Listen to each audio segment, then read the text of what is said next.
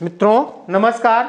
Ayodhya study point के online platform में आपका स्वागत है। मित्रों ये आप लगातार जो है एक के बाद एक आपको क्लास मिल जा रही है, एक के बाद एक वीडियो मिल जा रहे हैं। Ayodhya study point online platform के माध्यम से यूपी पुलिस की तैयारी कराई जा रही है। तो ये जरूरी नहीं है कि ये केवल पुलिस वाले बच्चों के लिए ही उपयोगी है। ये क्लास अन्य भी किसी एक दूसरे परीक्षा की तैयारी कर रहे अभ्यर्थी भी इसको देख करके अपनी तैयारी कर सकते हैं। तो इसमें जो है शब्द के आधार पर हम देख रहे थे जो प्रश्न पूछे जाएंगे यहाँ पे शब्द से संबंधित जो टॉपिक था, जो प्रकरण था आपके पुलिस के पाठ्यक्रम में। तो इसमें जो अगला टॉपिक है वो है आपका समध्वनि भिन्नार्थक शब्द। जो शब्दों का वर्गीकरण हुआ अर्थ के आधार पर, उसको 6 भागों में बांटा गया। कितने भागों में? 6। एकार्थक, अनेकार्थक, पर्यायवाची या समानार्थी जिसको कहते हैं, पर्यायवाची या समानार्थी, विलोम या विपरीतार्थक, और वाक्यांश के लिए एक शब्द, तथा अंतिम है समध्वनि भिन्नार्थक शब्द। तो इसमें से आप 4 टॉपिक पढ़ चुके हैं, एकार्थक है नहीं, और ये आपका 5वां टॉपिक है इसके आधार पर, यानी अर्थ के आधार पर शब्द के भेद से। अर्थ के इसमें जो अगला टॉपिक है वो है समध्वनि भिन्नार्थक शब्द। समध्वनि भिन्नार्थक शब्द, ये आपके जो टॉपिक दिए गए हैं उसमें आपकी विज्ञप्ति में वो दिया गया है समरूपी भिन्नार्थक शब्द। ये 2-3 तरीके से लिखा मिलता है। ये समध्वनि भिन्नार्थक शब्द या समरूपी, क्या? समरूपी भिन्नार्थक शब्द, समरूपी भिन्नार्थक शब्द, या इसका एक नाम और प्रचलित है समश्रुति। समश्रुति क्या कहा जाता है? समश्रुति, यानी सुनने में समान हो। समश्रुति भिन्नार्थक शब्द क्या कहा जाता है? समश्रुति भिन्नार्थक शब्द। ये इनके 3 नाम हैं, ठीक है।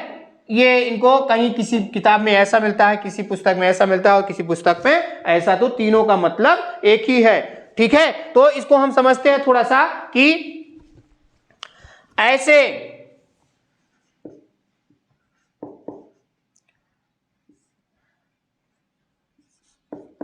शब्द युग्म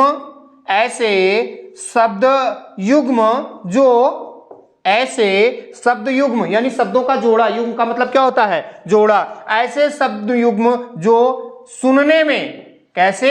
सुनने में, यानी जब उसका उच्चारण होता है, उनका उच्चारण किया जाता है तो ऐसा लगता है कि समान है दोनों।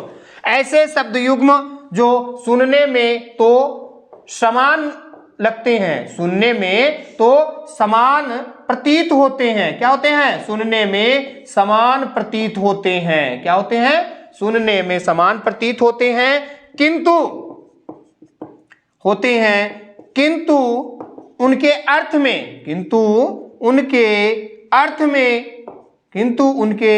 अर्थ में परिवर्तन होता है। क्या होता है? किंतु उनके अर्थ में परिवर्तन होता है, अर्थात अर्थ अलग अलग होते हैं, ठीक है। दोनों के अर्थ अलग अलग होते हैं, किंतु उनके अर्थ में परिवर्तन होता है। ऐसे शब्दों को क्या कहा जाता है? ऐसे शब्द युग्म को क्या कहा जाता है? ऐसे शब्द युग्म को, शब्द युग्म का मतलब शब्द का जोड़ा। ऐसे शब्द युग्म को समध्वनि भिन्नार्थक शब्द कहा जाता है। क्या कहा जाता है? समध्वनि भिन्नार्थक शब्द कहा जाता है। यानी जो सुनने में तो समान रखते हैं, सुनने में कैसे रहते हैं? समान, लेकिन उनका जो है अर्थ अलग रहता है। समध्वनि भिन्नार्थक शब्द कहलाते हैं, ठीक है। क्या कहलाते हैं? समध्वनि भिन्नार्थक शब्द कहलाते हैं, ठीक है। तो आगे जो है आकर के हम चलते हैं, देखते हैं शब्द युग्मों को, ठीक है, जो कि सुनने में तो समान होते हैं लेकिन जो है उनके अर्थ अलग होते हैं। सबसे पहला हम शब्द ले लेते हैं, जो है क्या ले लेते हैं? अंक। क्या? अंक। अंक का अर्थ क्या होता है? गोद। अंक का क्या अर्थ होता है? गोद। और इसी में हम ले लेते हैं अंग। क्या? अंग। इसका अर्थ होता है भाग। क्या होता है? भाग। दोनों सुनने में समान लग रहे हैं, सुनने में समान, हाँ, लेकिन ये ध्यान रखना है कि उनका जब हम उच्चारण करते हैं तो उनमें कोई ना कोई वर्ण जरूर बदला होता है, यानी वर्णों में कुछ ना कुछ अंतर होता है, ठीक है। जैसे अगला हम शब्द देखते हैं, क्या? अंश। क्या देखते हैं? अंश। अंश मीन्स होता है भाग। अंश मीन्स क्या होता है? भाग, और एक अंश, अंश मीन्स होता है कंधा। अंश मीन्स क्या होता है मित्रों? कंधा। यानी सुनने में तो समान है, अंश अंश, यहाँ पे तालव्य सा है और यहाँ पे जो है दंत सा है। सुनने में दोनों समान लग रहे हैं लेकिन इनका अर्थ अलग अलग है। आइए अगला देखते हैं, अन्न। क्या देखते हैं? अन्न। अन्न मीन्स क्या होता है? अनाज। अन्न का क्या अर्थ होता है? अनाज। और अन्य, अन्य क्या? अन्य। अन्य का अर्थ होता है दूसरा। अन्न का अर्थ होता है अनाज और अन्य का अर्थ होता है दूसरा। आप दोनों सुनने में एक समान लग रहे हैं, अन्न, अन्न मीन्स अनाज, अन्य मीन्स दूसरा। ठीक है, उसके बाद में अगला हम देखते हैं अगम। क्या देखते हैं? अगम। अगम मित्रों आप पर्यायवाची में भी पढ़ चुके हैं, सॉरी पर्यायवाची क्या, विलोम शब्द में भी पढ़ चुके हैं। तो अगम, अगम का मतलब होता है कठिन रास्ता। क्या होता है? कठिन रास्ता। अगम यानी जहां ना जाया जा सके, यानी कठिन रास्ता।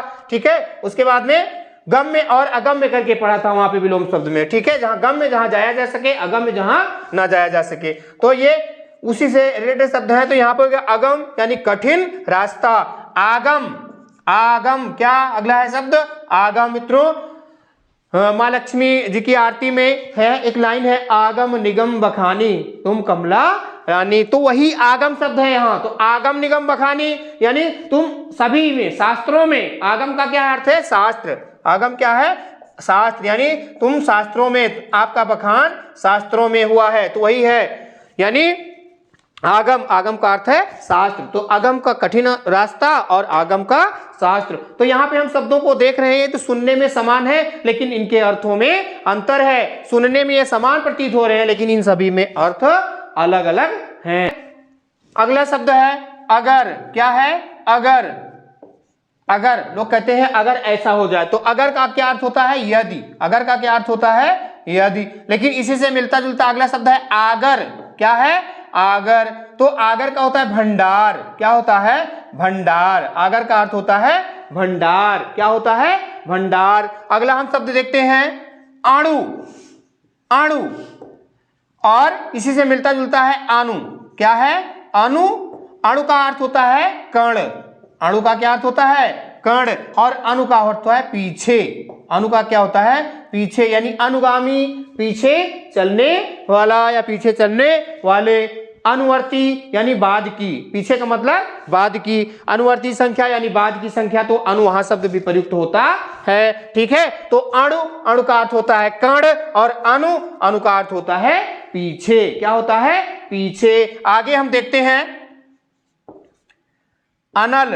क्या देखते हैं? अनल। अनल का क्या अर्थ है मित्रों? आग। अनल का क्या अर्थ है? आग। और अनिल, अनल का अर्थ है आग और अनिल का अर्थ क्या है? अनिल यानी वायु। अनिल का क्या अर्थ है? वायु। अनल का अर्थ है आग और अनिल का वायु। आगे जो है देखते हैं ये पर्यायवाची भी है मित्रों। अब्ज। क्या है? अब्ज। तो यहां पे अब्ज का क्या अर्थ होता है? कमल। कमल की पर्यायवाची है। और इसी पे हो गया अब्द। क्या हो गया? अब्द। तो ये बादल की पर्यायवाची है। यानी ज और द का अंतर है। तो अब्ज है वो कमल और अब्द है वो बादल। अब्ज है कमल और अब्द है वो बादल। आइए अगला शब्द देखते हैं अभिराम। क्या? अभिराम। संस्कृत में लिखा जाता है अभिरामम। तो अभिराम का अर्थ क्या होता है? सुंदर। क्या होता है? सुंदर या मनोहर। क्या होता है इसका अर्थ? सुंदर या मनोहर। क्या होता है इसका अर्थ? सुंदर या मनोहर। उसके बाद में अगला जो है अविराम। क्या है? अविराम। इसका अर्थ होता है अविराम, इसका अर्थ होता है अनवरत या लगातार। अनवरत, अनवरत या लगातार, यानी बिना रुके। अनवरत या लगातार। तो अभिराम का अर्थ क्या होता है मित्रों? सुंदर। अभिराम का क्या अर्थ होता है? सुंदर। और उसके बाद में अविराम का अर्थ होता है बिना रुके, यानी लगातार, अनवरत। ठीक है, बिना रुके। इसका अर्थ क्या हो सकता है? बिना रुके भी हो सकता है। बिना रुके। ठीक है, बिना रुके भी हो सकता है। ध्यान रखेंगे बेटा, रुके यानी ये ऊ की यानी रा पे ऊ की मात्रा ये रहेगी, और जब भी ऊ की मात्रा तो ये ऐसे रहती है, ध्यान रखना। रू, ये क्या है? रू यानी रूप, और ये रुक, तो यहाँ पे ह्रस्व है और यहाँ पे दीर्घ, इसको भी ध्यान रखेंगे। तो यहाँ पे कौन सी मात्रा है? बिना रुके यानी ह्रस्व की मात्रा। ठीक है, आगे अगला हम देखते हैं। अगला शब्द जो है वो देखते हैं, कहा जाता है अरबी। क्या कहा जाता है? अरबी यानी अरब देश का। अरबी के लिए क्या कहा जाता है? अरब देश का। अरबी यानी अरब देश का। और इसी से मिलता जुलता अगला शब्द है अरवी। अरवी भाई इसकी सब्जी बनती है। ठीक है, अरवी। तो अरवी क्या है? एक कंद है। क्या है ये? कंद। क्या? कंद। ठीक है, इसकी सब्जी बनती है। ठीक, तो अरवी जो है कंद है, और अरबी जो है वो अरब देश से रिलेटेड है। अगला जो है आरी। आरी भाई आप पढ़े हैं। ठीक है, तो आरी का अर्थ होता है शत्रु। आरी का क्या अर्थ होता है? शत्रु।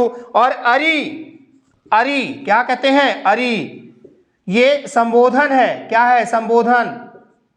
संबोधन यानी स्त्री को बुलाने का। ठीक है, स्त्री यानी लोग अपनी पत्नियों को बुलाते हैं, यानी स्त्री को बुलाने का। अरे इधर आ जाओ, क्या कहते हैं? अरे इधर आ जाओ। तो अरी यानी संबोधन। क्या है ये? संबोधन है बुलाने का। ठीक है, अरी, अरी मीन शत्रु। अरी इधर आओ, अरी इधर आओ। आगे जो है अगला हम देखते हैं इतर। क्या? इतर। इतर का क्या अर्थ होता है? अन्य। इतर क्या क्या अर्थ होता है? अन्य। और इत्र, लोग कहते हैं इत्र छिड़क दो। इत्र का यानी अतर। क्या? अतर। इंग्लिश में इसको सेंट भी बोलते हैं। क्या बोलते हैं? सेंट। क्या बोलते हैं? सेंट। तो यहाँ पे हम देख लिए अभिराम। अभिराम का अर्थ हो गया सुंदर, लेकिन अविराम है अनवरत, लगातार या बिना रुके। अरबी अरब देश का। अरवी यानी कंद। और अरि, अरि का अर्थ होता है शत्रु। और अरि संबोधन है स्त्री को बुलाने का। इतर, इतर का होता है अन्य। और इत्र अतर। आइए अगला शब्द देखते हैं कांति। क्या कहते हैं? कांति। कांति की मतलब अर्थ इसका होता है चमक। कांति का क्या अर्थ होता है? चमक। कांति का अर्थ होता है चमक। और इसी से मिलता जुलता दूसरा शब्द है क्रांति। इसमें रा लग गया, तो क्रांति यानी उलट फेर करना, तख्ता पलट जो बोलते हैं। ठीक है, क्रांति, क्रांति का बिगुल बज गया है, तो उलट फेर। कांति का अर्थ है चमक और क्रांति का अर्थ है उलट फेर। और उसके बाद में अगला जो है कृति। कृति रचना होता है। कृति मीन्स क्या होता है? रचना। कृति मीन्स रचना। और कीर्ति। क्या? कीर्ति। कीर्ति मीन्स यश या बड़ाई। यश या बड़ाई भी कह सकते हैं इसको। क्या? बड़ाई। यश या बड़ाई। तो कृति, कृति मीन्स होता है रचना। कृति मीन्स रचना। और कीर्ति यश या बड़ाई। आगे देखते हैं अगला हम छात्र। क्या? छात्र। छात्र मीन्स विद्यार्थी। क्या? छात्र मीन्स विद्यार्थी। और छत्र। छत्र मीन्स छाता। छत्र मीन्स क्या होता है मित्रों? छाता। लेकिन छात्र है तो छात्र मीन्स होता है विद्यार्थी। आगे अगला शब्द देखते हैं हम जगत। क्या देखते हैं? जगत। जगत इसमें हल लगा रहेगा मित्रों। जगत, जगत मीन्स होता है संसार। संसार को और क्या कहते हैं? जगत, संसार, विश्व और दुनिया। क्या कहते हैं? ये एक दूसरे के क्या है? पर्यायवाची हैं। तो जगत में संसार। और उसके बाद में अगला लिख दिया गया जगत, उसमें हल नहीं रहेगा। इस जगत का मतलब होता है कुएं का चबूतरा। क्या होता है? कुएं का चबूतरा।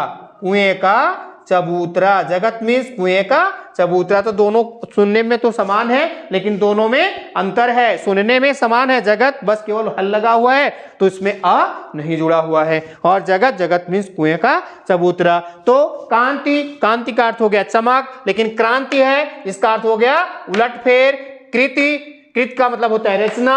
और कीर्ति यश या बड़ाई। छात्र, छात्र का अर्थ होता है विद्यार्थी। और छत्र, छत्र का मतलब होता है छाता। जगत, जगत का संसार। और जगत कुएं का चबूतरा। आइए अगला शब्द देखते हैं तरंग। क्या? तरंग। तरंग मीन्स होता है लहर। क्या होता है? लहर। तरंग का अर्थ होता है लहर। और अगला है तुरंग। तुरंग किसकी पर्यायवाची है? अश्वघोटक यानी घोड़ा। किसकी? घोड़ा। तो तरंग मीन्स लहर और तुरंग मीन्स घोड़ा। आगे जो है अगला देखते हैं दीप। क्या? दीप। दीप का अर्थ होता है दीपक। दीप का क्या अर्थ होता है? दीपक। और द्वीप, द्वीप समूह बोला जाता है, जैसे लक्षद्वीप समूह या अंडमान निकोबार द्वीप समूह। तो द्वीप का अर्थ होता है टापू। क्या होता है? टापू। समुद्र के बीच में जो उठा हुआ क्षेत्र होता है, यहाँ लोग रहते भी हैं। ठीक है, ये जो है केंद्र शासित प्रदेशों में आते हैं हमारे। तो ये द्वीप द्वीप द्वीप द्वीप का अर्थ होता है टापू। क्या? टापू। आगे निशान। अगला शब्द क्या है? निशान। निशान को हम चिन्ह कहते हैं। क्या कहते हैं? चिन्ह। ध्यान रखना मित्रों, ये वर्तनी में भी पूछा जाता है। तो ये वर्तनी में जो देखिए लोग उच्चारण इस तरीके से करते हैं इसका चिन्ह। क्या लिखा भी ऐसे मिलता है, बहुत पुस्तकों में भी ऐसा लिखा मिलता है, लेकिन ये गलत है। इसका सही लिखने का सही रूप जो है चिन्ह, या तो यहाँ पे ना लिखते हैं या तो यहाँ हल लगा करके यहाँ लिखते हैं। तो इसका उच्चारण भी ऐसे करना चाहिए चिन्ह। तो निशान का अर्थ होता है चिन्ह। और एक निशान होता है, यानी इसमें यहाँ पे जो है दंत सा होता है। निशान का अर्थ होता है झंडा। क्या होता है? झंडा। निशान, निशान का अर्थ चिन्ह और इस निशान का अर्थ होता है झंडा। क्या होता है? झंडा। आगे हम देखते हैं अगला शब्द नीर। क्या?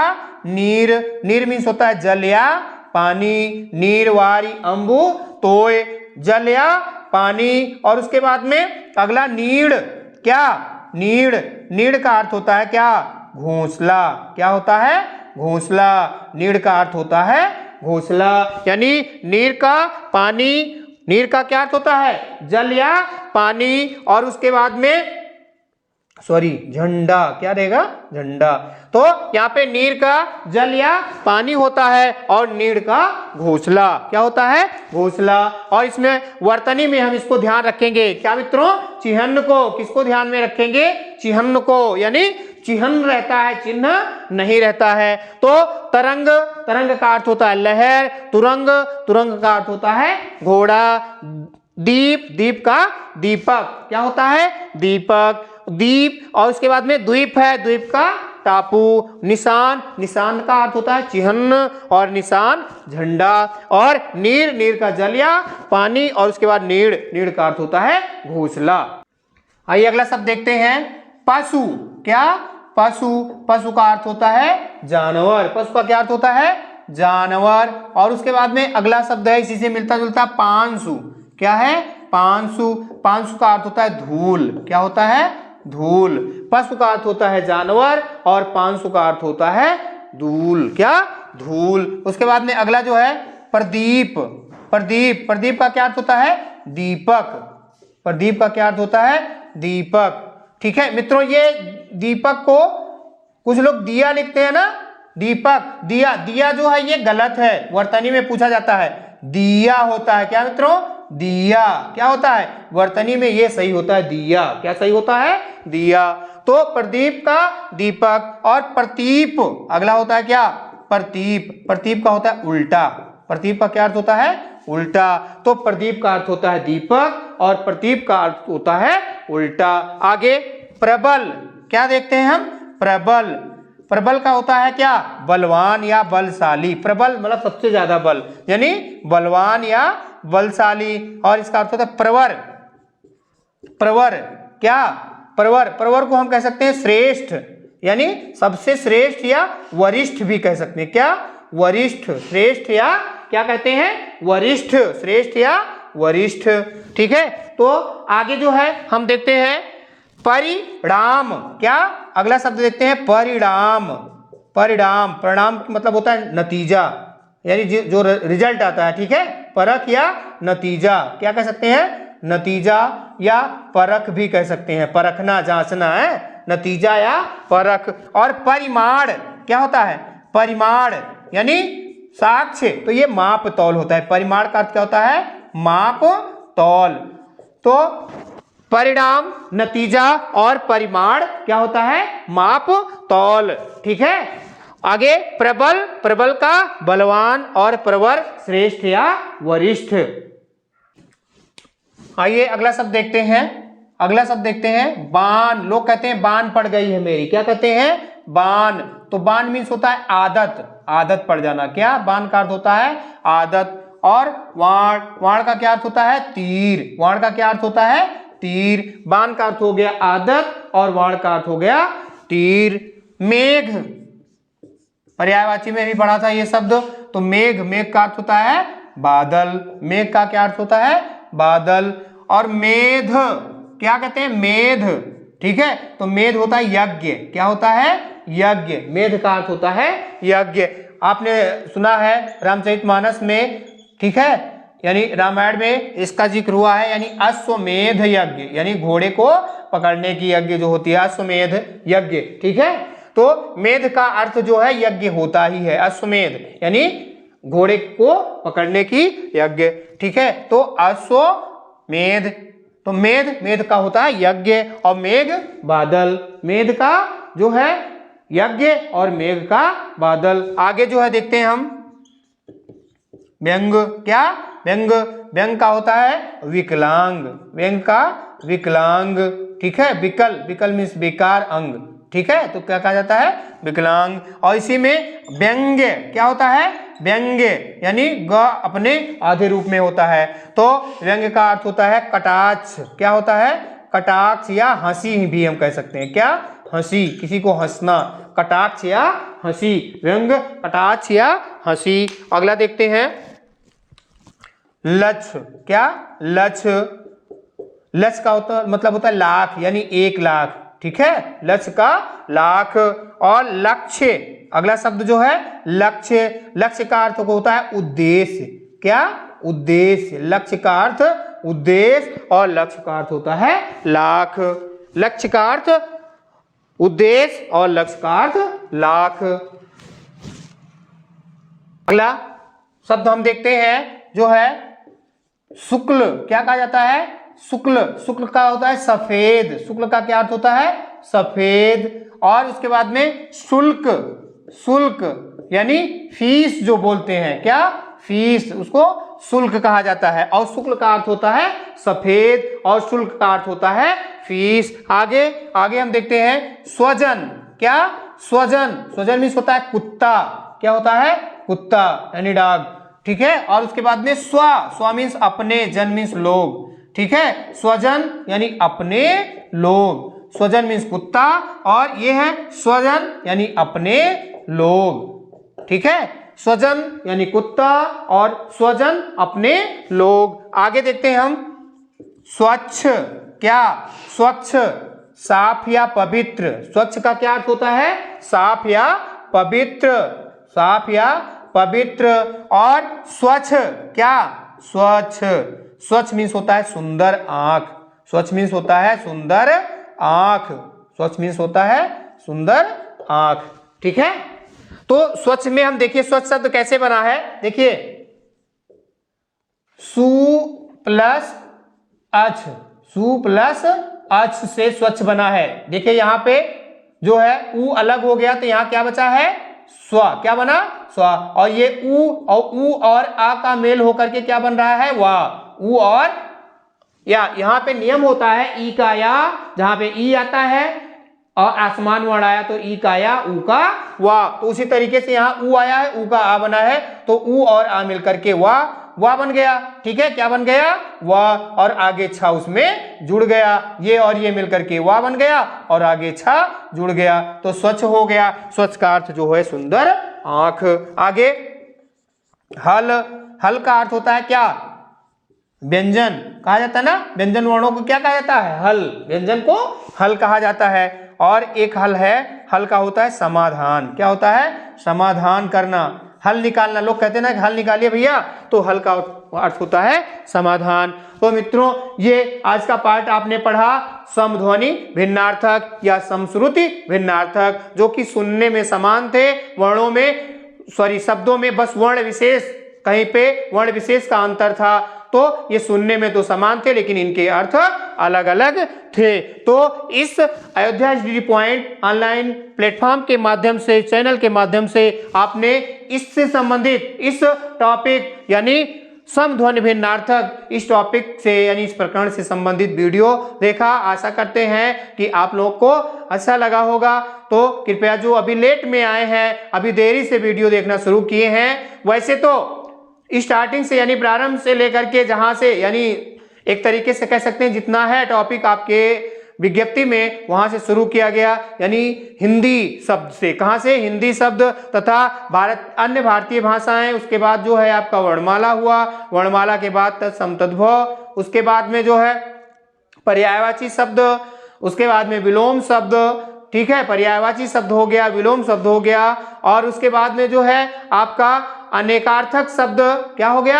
अनेकार्थक शब्द, वाक्यांश के लिए एक शब्द, और उसके बाद में ये टॉपिक था समध्वनि भिन्नार्थक। तो जो शुरू से देखे हैं और चैनल को सब्सक्राइब किए हैं उनके लिए धन्यवाद। आप ऐसे ही सपोर्ट करते रहें, लेकिन बीच में जो है वीडियो को जो है लाइक करते रहें और साथ में कमेंट भी दें। तो जो देरी से आए हैं कृपया वो भी चैनल को सब्सक्राइब कर लें और साथ में जो है कमेंट लाइक भी करें और कमेंट भी दें। इससे आपकी और बेहतर तैयारी हो जाएगी। धन्यवाद, जिससे कि हम आपको और भी बेहतर कंटेंट प्रस्तुत करा सकें आपके लिए। धन्यवाद।